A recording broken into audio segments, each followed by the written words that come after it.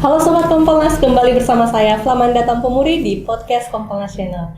Dan sesi kali ini sangat spesial karena kita telah menghadirkan dua narasumber yang luar biasa yang mungkin Sobat Kompolnas tidak asing lagi. Yang pertama langsung saja ada Komisioner Kompolnas, Ibu Ida Utari Purnamasasi SAPMA.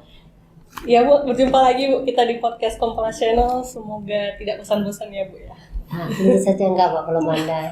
Selamat siang kepada rekan dari Kompolnas. Dan langsung saja kita ke narasumber yang kedua, ada Ibu Dr. Rita Wulandari Wibowo SIKMH dari Kasubdit 1 Direktorat Tindak Pidana PPA dan PPO Bareskrim Polri. Halo Bu. Selamat siang. Sehat ya Bu ya? Alhamdulillah sehat. Nah, Sobat Kompolnas, sebelumnya kita mau berterima kasih dulu kepada Ibu karena di tengah-tengah kesibukan sudah meluangkan waktu untuk hadir di studio podcast Kompolnas Channel Bu. Nah, Sobat Kompolnas, saat ini kita akan mendengarkan atau membahas sedikit terkait, banyak juga nggak apa-apa ya Bu ya, terkait dengan terkait pekerjaan ya seputaran penanganan kasus-kasus atau tindak pidana terhadap perempuan dan anak. Nah, Bu Rita, kita tahu bersama bahwa Direktorat Tindak Pidana PPA dan PPO ini masih baru ya Bu ya. Dari yang sebelumnya unit PPA Bareskrim Polri Bu. Nah, mengapa sih Bu ini perlu ditingkatkan Bu jadi direktorat gitu? Ya, terima kasih. Saya akan menyampaikan apa latar belakang dibentuknya Direktorat Tindak Pidana Perlindungan Perempuan dan Pemberantasan Perdagangan Orang. Tentunya ini adalah sebagai langkah Polri menindaklanjuti adanya Perpres 20 tahun 2024 yang mana di sana adalah ada amanah untuk Polri menyelenggarakan sebuah struktur tersendiri yang terkait dengan penanganan kasus-kasus kekerasan berbasis gender. Kemudian dari Perpres itu seiring sejalan kita buatkan Perpol nomor 13 tahun 2024 juga yang diundangkan terbit pada 17 Oktober yang lalu. Jadi emang ini sangat relatif masih baru direktorat ini, dan ini semua akan menjawab beberapa permasalahan di lapangan terkait dengan peran pembina fungsi, kemudian upaya-upaya kita untuk menciptakan sebuah strategi penurunan angka kekerasan dalam kegiatan penegakan hukum. Nah, di sini ada mandat yang dititipkan kepada Polri. Kita bukan hanya melakukan penegakan hukum, tapi juga dimandatkan untuk melakukan pelindungan terhadap korban. Nah, tentunya dengan langkah strategis pembentukan direktorat inilah yang mampu menjawab kebutuhan-kebutuhan yang menjadi latar belakang terbentuknya Direktorat PPA PPO tadi. Termasuk panjang juga ya, berarti dari pencegahan di sini penurunan tingkat kekerasan kita masuk pencegahan juga sampai pada perlindungan terhadap korban sampai penanggulangan panjang sekali dari awal sampai akhir. Wah, luar biasa Bu. Nah, tentunya menjadi suatu direktorat ini ada perubahan ataupun pergeseran mungkin Bu. Nah, dan tidak lepas juga dari tantangan-tantangan. Mungkin Ibu bisa share tantangan-tantangan yang dihadapi Bu. Tantangannya luar biasa tentunya, karena kami mendasari dari apa yang sudah terjadi di lapangan, banyak hal yang terkait dengan kendala-kendala di internal maupun di eksternal. Tentunya di internal kami dengan adanya keterbatasan secara kuantitas maupun kualitas sumber daya manusia, betul sekali, dan adanya ketentuan untuk tersertifikasi. Bayangkan, dengan kuantitas saja kita belum tercukupi, apalagi kita bicara kualitas gitu. Nah, tentunya ini adalah menjadi syarat mutlak yang harus segera dipenuhi. Hambatan ini akan mendatangkan permasalahan besar manakala syarat formil itu tidak dipenuhi oleh seorang penyidik. Ya, gitu. Walaupun jumlah anggota Polri kan 26.000 ya. Tapi kan memerlukan kualifikasi betul tadi sekali, ya. Betul sekali. Yang menjadi tantangan juga ya. Tantangannya di sana. Kemudian untuk menjawab kebutuhan masyarakat yang akan melaporkan, yang akan membutuhkan pelindungan, maka tentunya ada sebuah sarana yang sudah diatur secara khusus ya di dalam Undang-Undang Penghapusan Kekerasan dalam Rumah Tangga, di Undang-Undang Pemberantasan Tindak Pidana Perdagangan Orang, termasuk yang terakhir nih di Undang-Undang Tindak Pidana Kekerasan Seksual. bahwa penanganan kasus kekerasan berbasis gender terhadap korban harus ditempatkan di ruang pelayanan khusus. Artinya itu safe house itu maksudnya. Ruang pelayanan khusus yang akan menjadi sarana untuk menangani, sarana untuk melayani, termasuk pelindungan sementara. Betul sekali. Ya.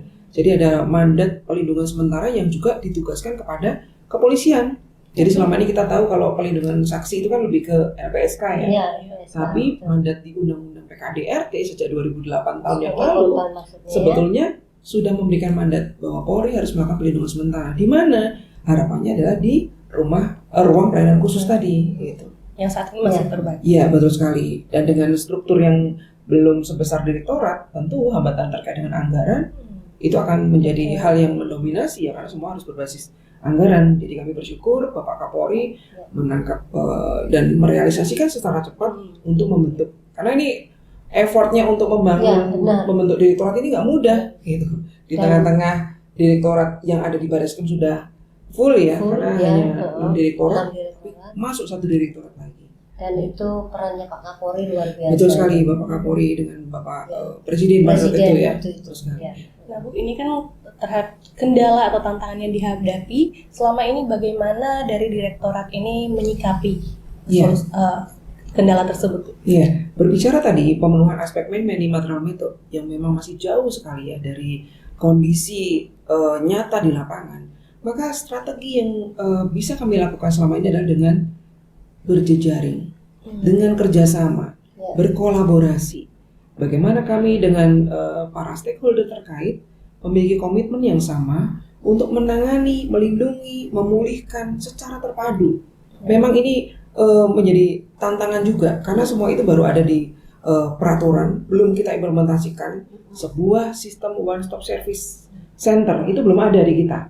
Ya, paling tidak ada yang kita buat itu ada SPM, sesuai SPM ya. Betul sekali. Jadi dengan layanan terpadu tadi, bagaimana manakala dengan adanya mandat di dalam Undang-Undang TPKS bahwa yang menerima pengaduan masyarakat sekarang bukan hanya kepolisian, tapi penerimaan pengaduan itu juga diberikan mandat kepada Kementerian melalui UPTD BPA, UPTD bidang sosial dan lembaga penyedia layanan berbasis masyarakat.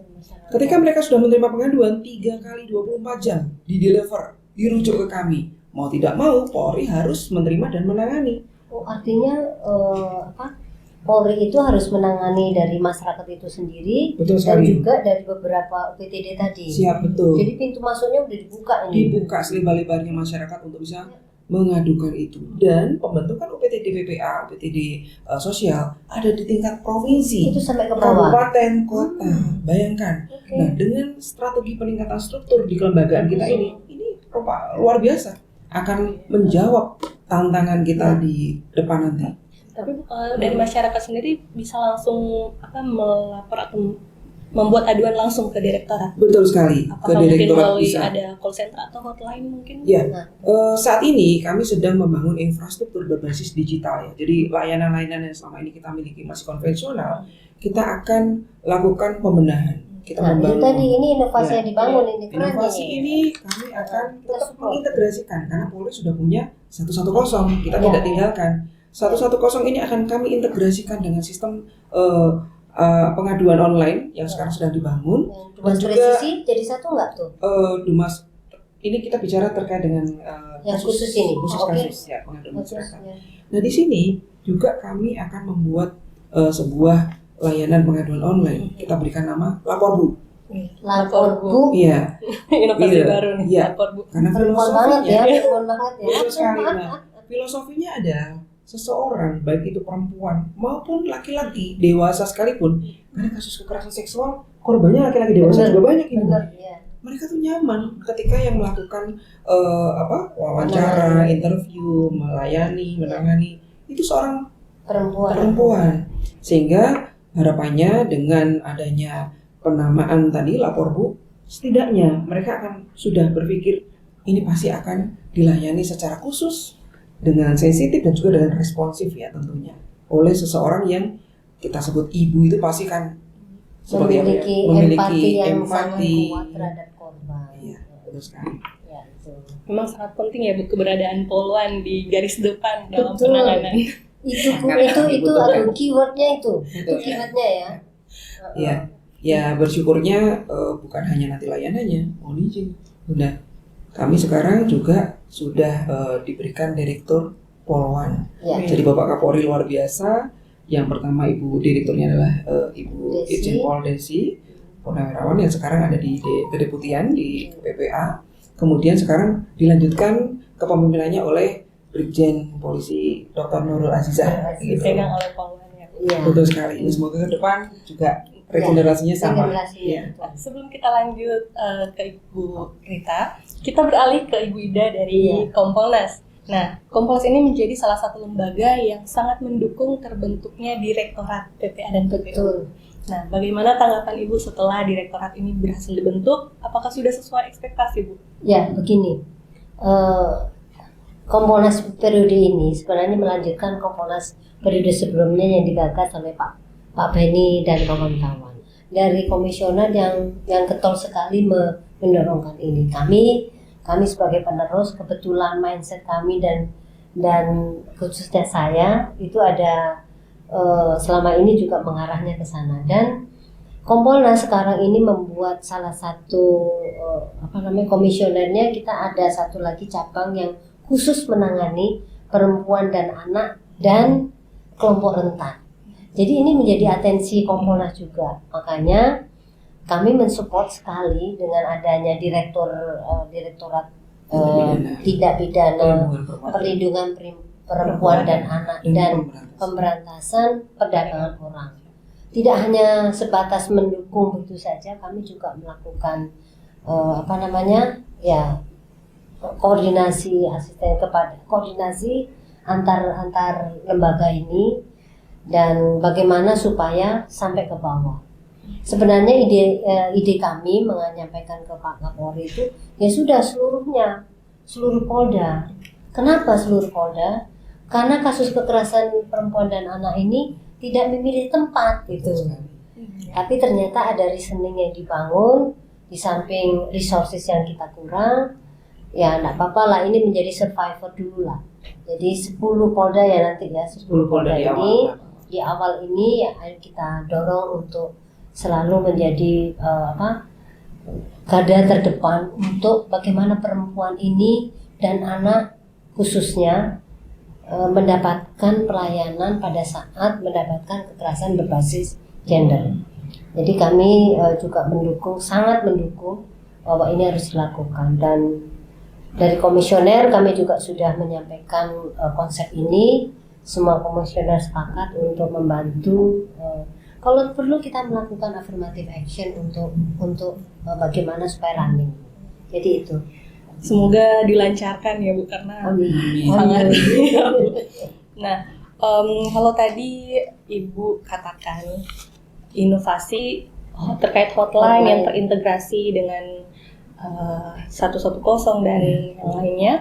Nah, mungkin ada inovasi lain Bu terkait dengan pencegahan upaya preventif Bu, untuk mengurangi tingkat kekerasan pada perempuan dan anak. Dan awareness kepada masyarakat ya. Bicara pencegahan, di sini tidak hanya dilakukan oleh Polri, dan juga kita ketahui di dalam fungsi teknis kepolisian, pencegahan itu sebelumnya ranahnya ada di Bahar Kampolri. Ya. Tapi karena ini sudah menjadi mandat bahwa tugas kami adalah menyusun strategi pencegahan. Ya, artinya kita tidak sendiri melakukan itu. Ya. Bagaimana kami yang menangani kasus yang paham tentang modus dan motif operandi dari kejahatan, kami akan buatkan skema strategi, kemudian strategi ini kita kerjasamakan dengan tadi fungsi teknis pengembangan pencegahan, dengan rekan-rekan Babin Kamtibmas. Kemudian bahkan ini nanti kami juga akan mengkolaborasikan dengan mitra-mitra kami yang memang mengemban tusi yang sama. Babin Kamtibmas kita ketahui selalu bersama-sama dengan Babinsa. Betul. Bagaimana mereka sama-sama melakukan sebuah pekerjaan yang untuk melakukan pencegahan. Seperti halnya dilakukan oleh Babin Kamtibmas melalui program door to door system. Nah, kemudian juga ada problem solving. Nah, kami yang punya satu hal yang harus segera memberikan share ya pengetahuan untuk memahamkan bagaimana mekanisme ketika melakukan pencegahan, penanganan awal seperti itu.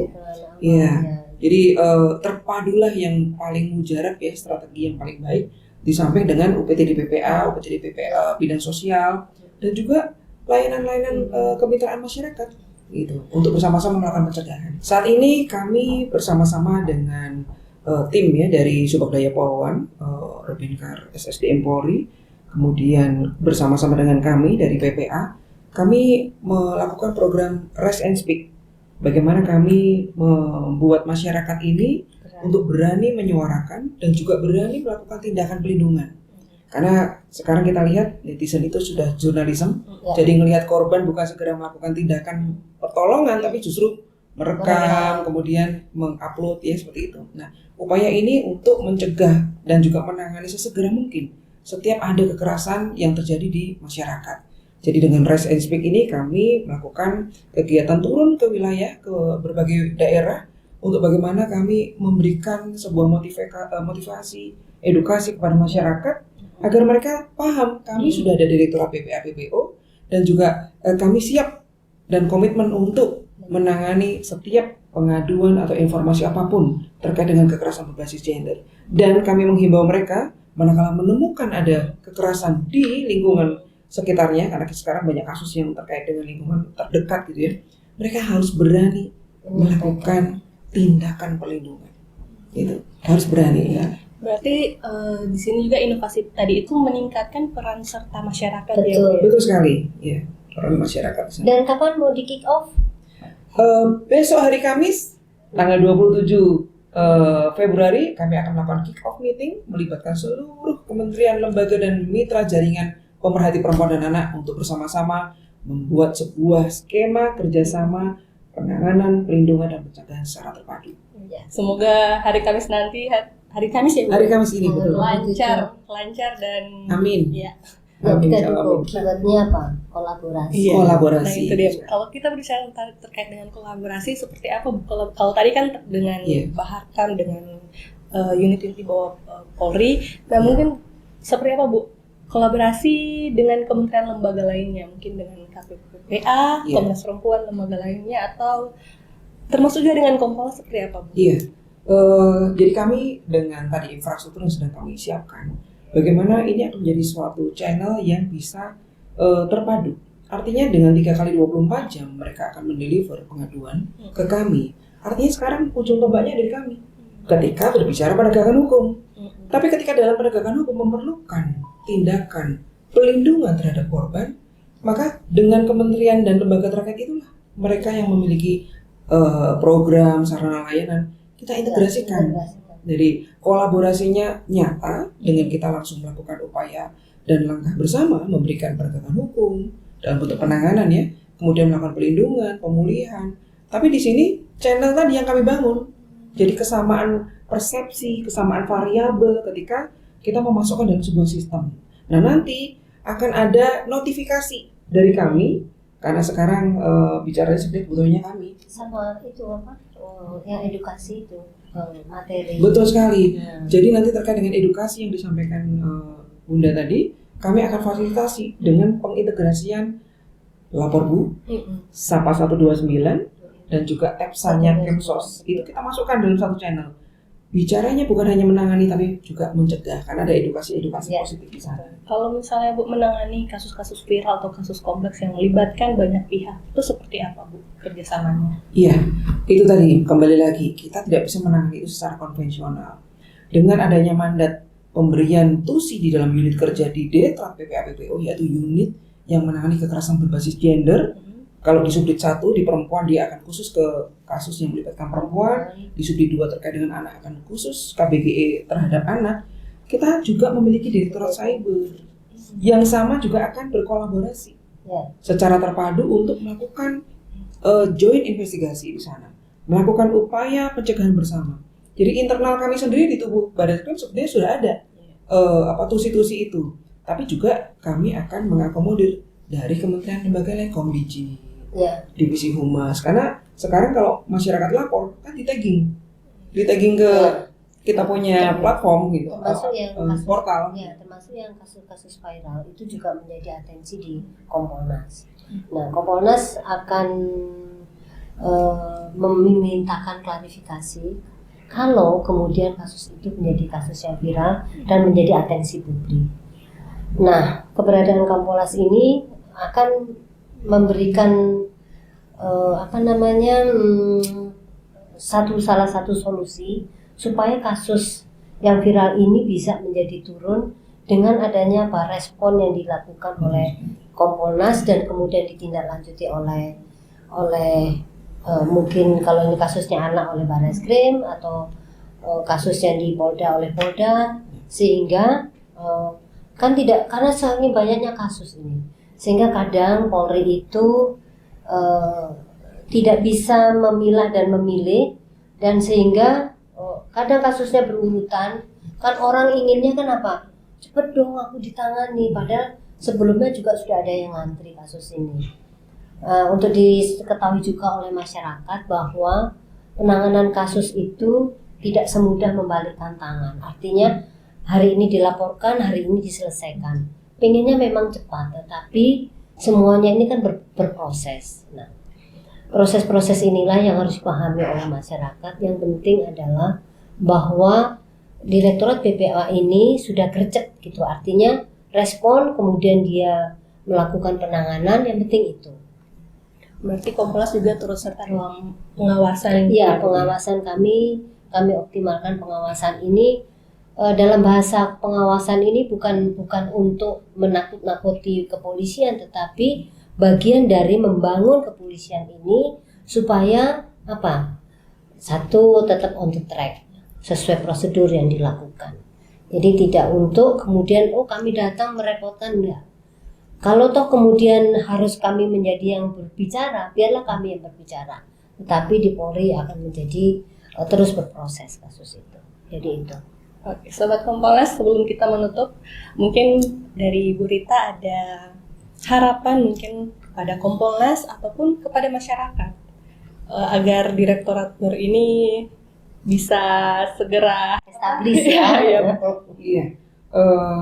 Dengan adanya mandat ya dari undang-undang yang sudah dibuatkan Direktorat ini, Polri berkomitmen dalam hal ini oleh Bapak Kabar Eskrim dengan tagline-nya juga profesional, responsif dan beretika. Kami akan menunjukkan komitmen itu secara nyata bagaimana kami akan melakukan responsif ya, segera menindaklanjuti setiap pengaduan kekerasan terhadap perempuan, anak dan kelompok rentan lainnya. Karena kelompok rentan di sini ada disabilitas, ada lansia dan lain-lain. Yang tentunya kita tidak hanya mengedepankan penegakan hukum, tapi yang paling utama adalah bagaimana kami juga melakukan upaya pelindungan. Dan bersama-sama dengan yang lain, kita melakukan upaya pencegahan juga. Jadi tentunya harapan ini semoga bisa kami wujudkan bersama-sama dengan Kompolnas, karena Kompolnas ini memiliki visi misi yang sejatinya ingin memastikan bahwa kami Polri akan menjadi polisi yang profesional, yang mandiri, dan juga dengan presisi kami komitmen itu akan kami wujudkan melalui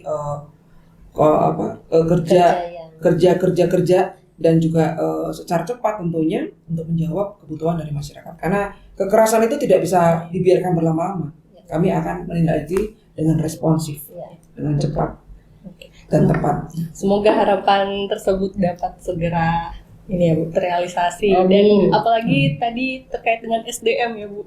Ya. Semoga cepat terpenuhi. Nah, terakhir dari Ibu Ida, mungkin ada masukan untuk Direktorat baru Bu? Ya, saya terima kasih dan apresiasi kepada Bapak Kapolri, kemudian Pak Kabar Eskrim yang sudah berjuang mewujudkan ini. Ini adalah harapan dari masyarakat Indonesia. Artinya bahwa masyarakat ini meletakkan harapan yang sangat besar kepada Direktorat PPA dan TPPO ini untuk memberikan pelayanan yang terbaik. Gitu. Dan kami tidak akan terus memantau, kemudian kalau memerlukan asistensi kami untuk kemana harus kami ikut perjuangkan dari kebutuhan dari di Direktorat PPA PPO, kami akan selalu siap untuk membangun itu karena kami punya punya satu slot juga pekerjaan yang memang mengklasterkan fokus kami kepada atensi pada perempuan, anak serta kelompok rentan. Jadi sudah nyambung ini. Dengan demikian apa yang ada di luar sana yaitu di masyarakat, kita bisa memberikan pelayanan yang terbaik. Dan juga kepada teman-teman dari PPA PPO khususnya para polwan, ayo dukung, kemudian masuk ke dalam direktorat ini, karena sejatinya polwan dibentuk sejak awal itu adalah untuk penanganan terhadap kekerasan berbasis gender. Awalnya untuk kita rekrut polwan ini. Jadi ini menjadi tipikalnya atau yang bisa dijual kepada masyarakat. Ini loh perannya polwan yang paling kelihatan. Perlindungan kepada perempuan dan anak. Mungkin perlu rangsangan buat polwan ini biar mau gitu, Bu, bergabung dengan Direktorat PPA. Ya, kami berusaha untuk menyampaikan ini. Nanti ada rekomendasi dari Kompolnas untuk bagaimana membuat atau